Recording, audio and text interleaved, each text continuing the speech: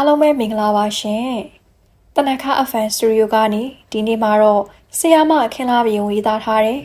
ကံကောင်းဆိုတဲ့ဝတ္ထုတိုလေးကိုဖတ်ပြပေးချင်ပါတယ်ရှင်။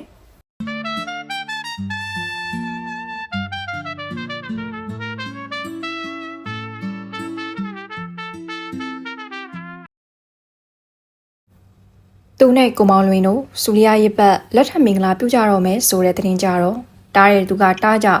ကဲ့ရတဲ့သူကကဲ့ရကြနဲ့အားပေးတဲ့သူကနဲပါတယ်မိဆန်ရဲ့အံ့မညီနဲ့ဒီအရွယ်ထိအပြိုးကြီးဘဝနဲ့နီလာခဲ့ပြီးမှအေးကို့လေကို့ရကို့စီးပွားကြီးနဲ့ရက်တီလာနိုင်ပြီးတော့မှကျုပ်ဖြစ်အံ့ဩလုံးလို့ပါမိဆန်အသက်38နှစ်မှယောက်ျားယူရတယ်လို့ယူမဲ့ယူအသက်အစိတ်လောက်ခေကယူတာမဟုတ်ဘူးတော်သေးတာပေါ့ကိုမောင်လွင်ကညီနဲ့အသက်တူရွယ်တူလူပြိုကြီးမှုမဟုတ်ရင်ရွာလူတွေကဲ့ရက်လိုက်မှများအိုးအေးလူပြိုအပြိုယူတာဘာဖြစ်လဲနှစ်ဖက်မိဘတွေမှမရှိရောတာကိုမောင်လွင်ကလည်းဒီရွာသားပဲပြီးတော့ပညာလည်းတက္ကသိုလ်ပထမနှစ်ထိတက်ခဲ့တာပဲချီမွန်ခွန်ရဲ့ကဲ့ရက်ခွန်ရဲ့ဆိုတာသိတယ်မလားဂီယူဆိုင်မနေနဲ့ဘယ်သူမှထိခိုက်တာလည်းမဟုတ်ပဲနဲ့နောက်ဆုံးတော့ကိုမောင်လွင်နဲ့မိဆန်တို့ရွာဦးဖုန်ကြီးเจ้าမှာမင်္ဂလာဦးစွန့်ကြွေးပြီးလက်ထပ်ကြတော့ရွာလုံးကျွတ်ဒီပွဲကိုလာတာပါပဲကွယ်ရမာရောရှိမှာပါသူတို့နှစ်ယောက်မင်္ဂလာဆောင်မယ်ဆိုတော့ကဲ့ရဲ့ကြတဲ့သူတွေဟာသူတို့မဟုတ်တယ်လို့ပဲနှစ်ယောက်စလုံးရှေးသွားနောက်လိုက်ညီပါရဲ့တို့နေနဲ့လာလို့ပဲလို့ပြောတာတွေနဲ့မှုန်းနေတာပါပဲမတ်ဆန်ကတစ်ချိန်ကရွာမှာအချော့အလှဆင်းဝင်မှုပါတယ်အသက်အရွယ်ရလာတော့နည်းနည်းဝလာတာကလွယ်ရင်ချောလှတော့မှာပဲကိုမောင်လွင်ကတော့အစာကလေးကအသားညိုညိုခပ်ပိန်ပိန်ဆိုတော့ထူပြီးမချော့တဲ့သဘောတော့ရှိရပေါ့သူတို့နှစ်ယောက်လက်ထပ်ပြီးနှစ်အထိကလေးမရကြတော့မိဆန်ကကိုမောင်လွင်ကိုဒီလိုပြောလာတယ်ကိုမောင်လွင်မိဆန်တော့ဒီတသက်ကလေးမရတော့ဘူးဆိုတော့ကလေးတယောက်တော့မွေးစားရင်ကောင်းမလားကိုမောင်လွင်ရောဘလို့သဘောရတယ်လဲမိဆန်စကားကြတော့ကိုမောင်လွင်ကဘဝမကြဘူးလေကိုတို့နှစ်ယောက်ထင်းနေတဲ့ဘဝပြည့်စုံနေပါပြီမိဆန်ရဲ့ဘာဖြစ်လို့အပူရှာမှာလဲကိုမွေးစားတဲ့ကလေးကပီစာဆိုမျိုးရိုးညံ့နေသူဖြစ်နေကိုသွေးသားမဟုတ်ဘဲနဲ့အပူတွေကရှုပ်နေအောင်မယ်အစာကတော့ကိုမောင်လွင်ကခါတီးတီးညင်တော့တာပဲဒါပေမဲ့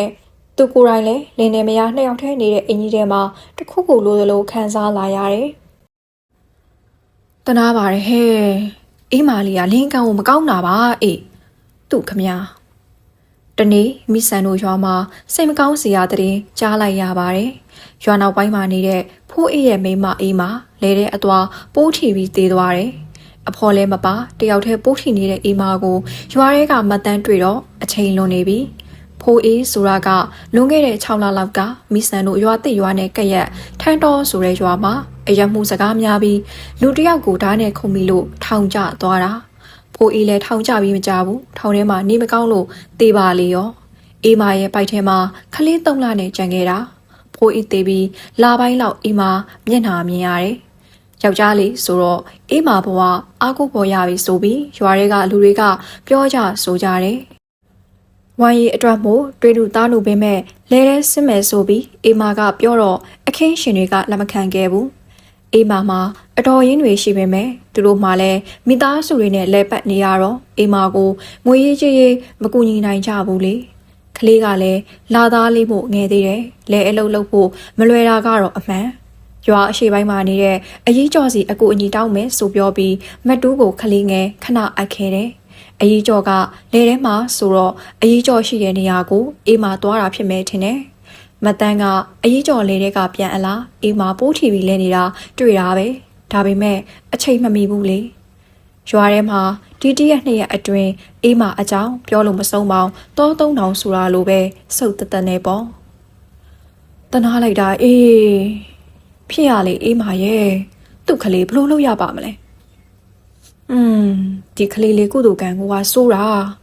အဖေလည်းမမြင်လိုက်ရအမေနဲ့လည်းအကြာကြီးမနေလိုက်ရရှာဘူးအေးလေဒီကလေးရဲ့ကုသိုလ်ကံပဲ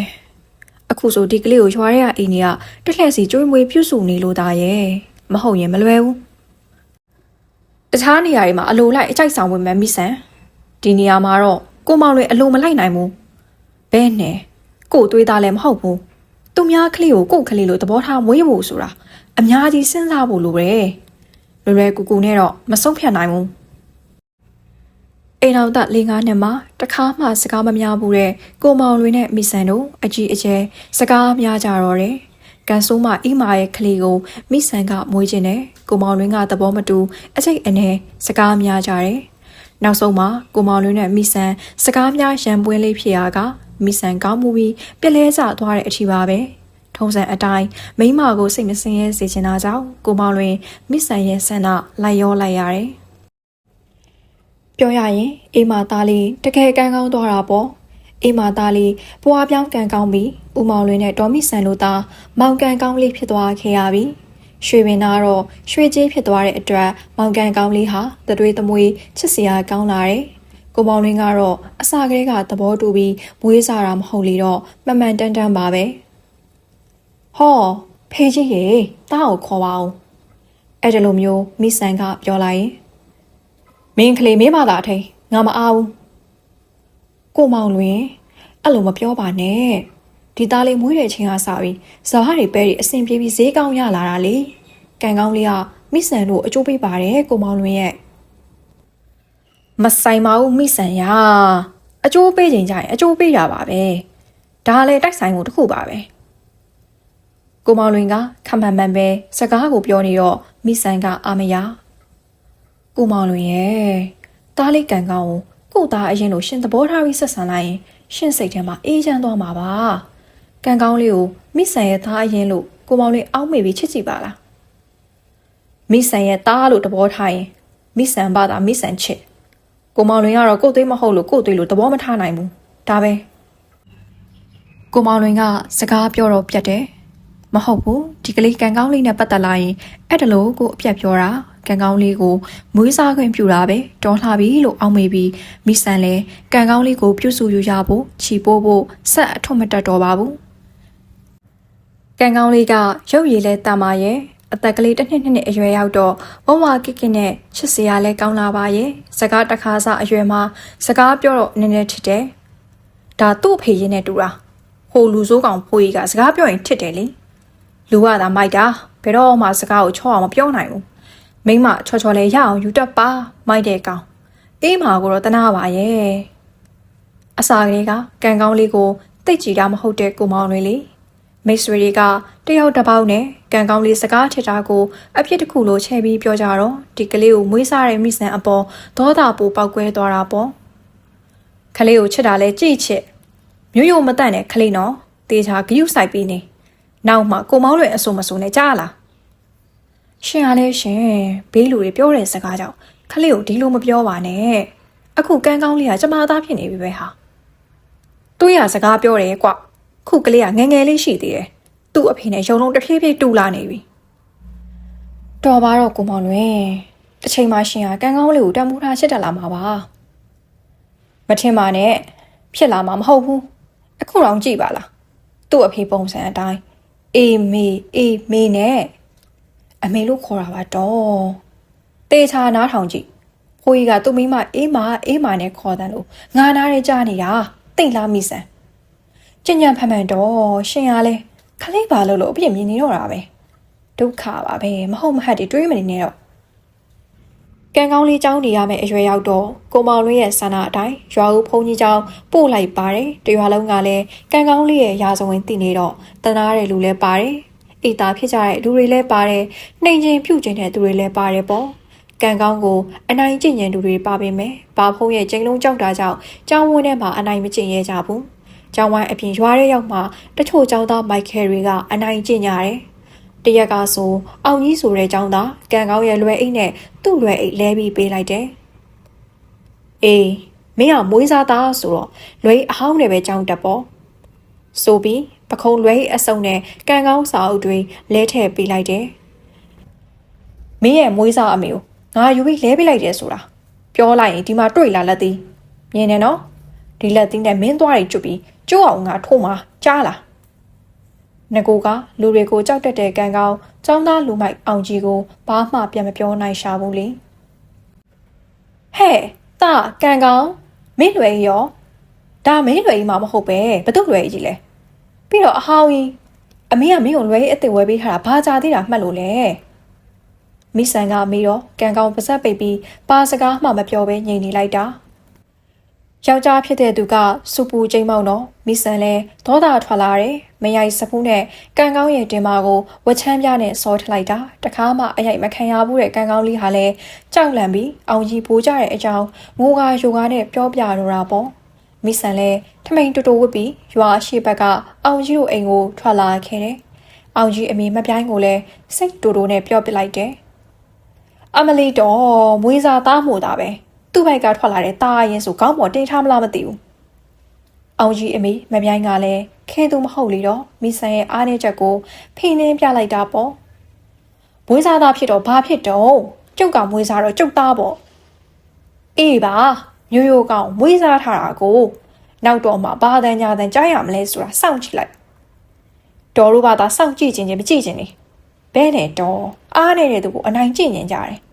ကိုတရားတဲ့သားမို့စောင့်ရှောက်မဲ့စိတ်မကူဘူးအနိုင်ကျင့်ဖို့ပဲစိတ်ကူးနေကြတာမိဆန်မကြေမနက်နဲ့ပြန်လာခဲ့ရတယ်ရွာဦးကဘာကเจ้าမှာသူ့သားကိုမထားဘူးဆိုပြီးတစ်ဖက်ရွာကမူလာတဲ့လူเจ้าမှာတွားထားတယ်ရွာနဲ့နည်းနည်းလှမ်းတော့အကျိုးအဖို့နေတိုင်းမလုံနိုင်ဘူးစပိန်နဲ့တွားလာတဲ့မိဆန်ကသူ့ယောက်ျားကိုမောင်လွင်ကိုတောင်းပန်ပြီးကြောင်းကြိုဖို့လုပ်ခိုင်းတယ်မဟုတ်ရင်လဲသူ့မိန်းမနေ့တိုင်းကြောင်းကြိုဖို့လုပ်နေရင်ပြန်မဆိုးတာနဲ့သူပဲလိုက်ကြိုပို့တာလုပ်လိုက်တာငါအလုံးများရနေတော့မပို့နိုင်ဘူးနော်မိဆန်အင်းမကိုမောင်လွင်ရဲ့ကိုသားသမီးပို့တာပဲလာပြန်ပြီဒီစကားငါမင်းကိုတနာလို့တကယ်ဆိုလဲကန်ကောင်းလေးကမိဆန်တင်ထားတဲ့အတိုင်းဖေးနဲ့ခေါ်ပြောတတ်တာကိုခင်တွယ်နေပြီလေတခါတလေတော့လဲဒီကလေးအရင်ဘဝကငါသားလေးဖြစ်ဘူးတဲ့ထင်ဟဲ့လို့တော့တွေးတက်လာပြီဆိုတော့ကန်ကောင်းလေးကိုအရင်ကလိုတစိမ့်လိုမဆက်ဆံတော့ပါဘူးဒါကိုပဲမိဆန်ကျေးနပ်နေမိတယ်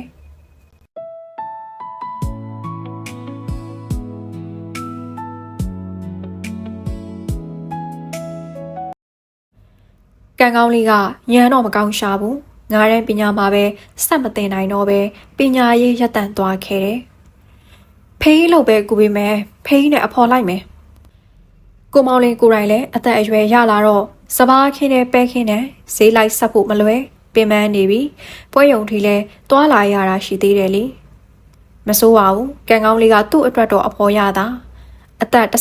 15-16လူယိုဖဖကြီးဖြစ်လာတော့ကိုမောင်လွင်အင်ဂျီနဲ့ဒန်းတူအရွယ်အစားဝဲပြီးလာရပြီရွာထဲကမိမပြိုလေးတွေတွေ့ရင်ပြုံးဆဆမျက်နှာပေးနဲ့ကြည်တက်လာပြီမိဆန်မင်းရဲ့သားကလေကောင်မလေးတွေကိုစိတ်ဝင်စားတတ်လာပြီလူရွာကိုဆိုတော့သူ့အသက်သူ့ရွယ်ဖြစ်လာတော့လေတဘာဝတရားဘယ်လုံးဆန်နိုင်မလဲကွာသူလဲသွေးသားနဲ့တိဆောက်ထားတာလေအင်းမကိုမောင်လွင်ရဲ့တနေ့သူကြိုက်တဲ့မိန်းကလေးတွေ့ရင်ကျုပ်တို့တောင်းပြန်ပေးစားကြတာပေါ့ကျုပ်တို့မှလဲနဲ့ရနဲ့ရှိပါတယ်တော့မဟုတ်ဘူးလား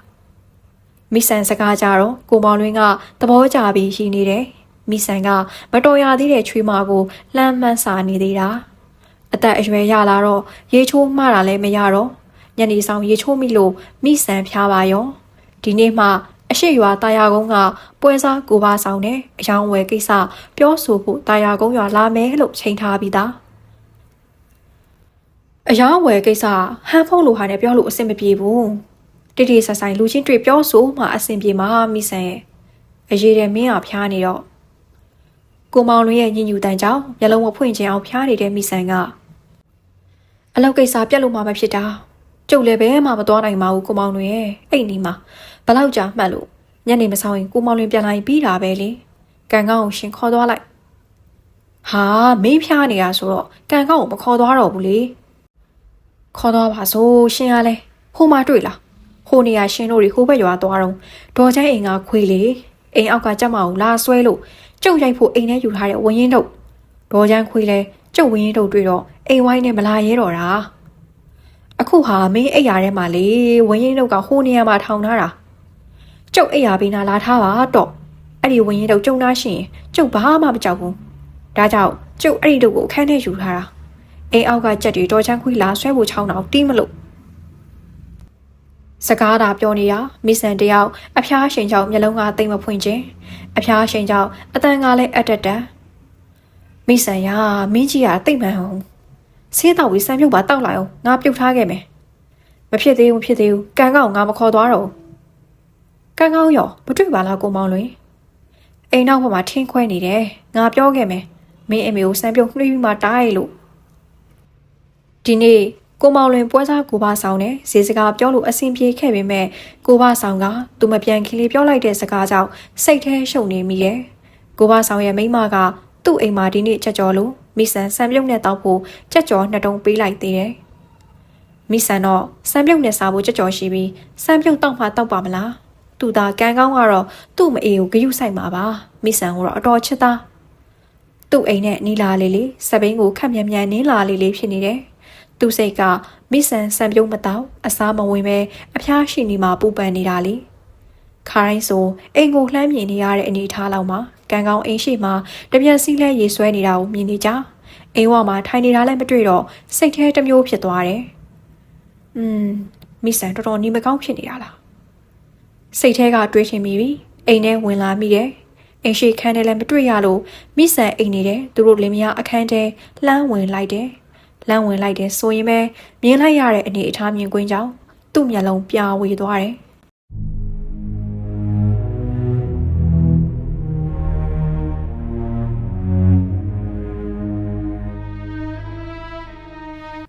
အေးဗျာကိုမောင်တွေ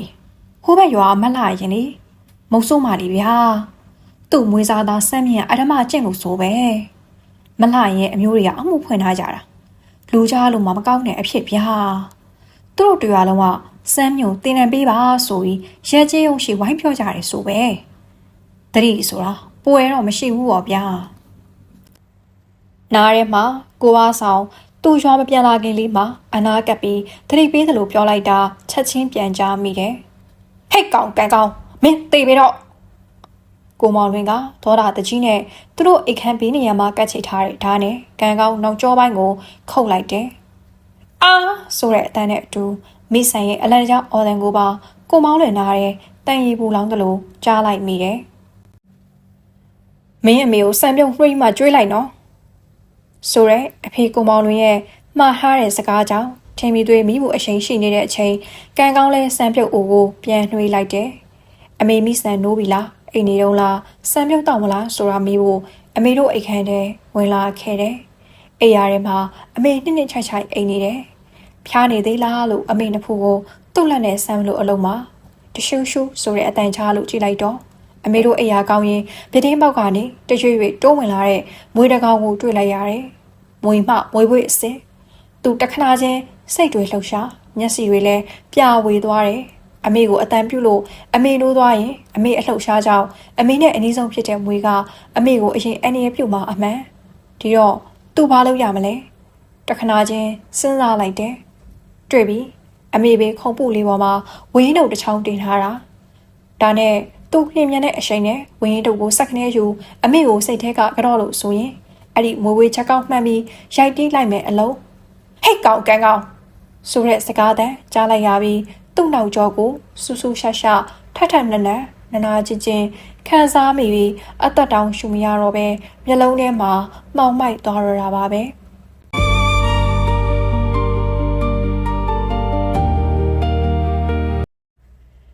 ဟုတ်ကဲ့တော်ရရှင်တို့အခုနားဆင်ခဲ့ရတာလေးကတော့ဆီယာမခင်လာပြေကိုရေးသားထားတဲ့ကံကောင်းဆိုတဲ့ဝတ္ထုတိုလေးပဲဖြစ်ပါတယ်ရှင်အဆုံးထိခန်းစားနားဆင်အားပေးတဲ့အတွက်လည်းကျေးဇူးအများကြီးတင်ပါတယ်ရှင်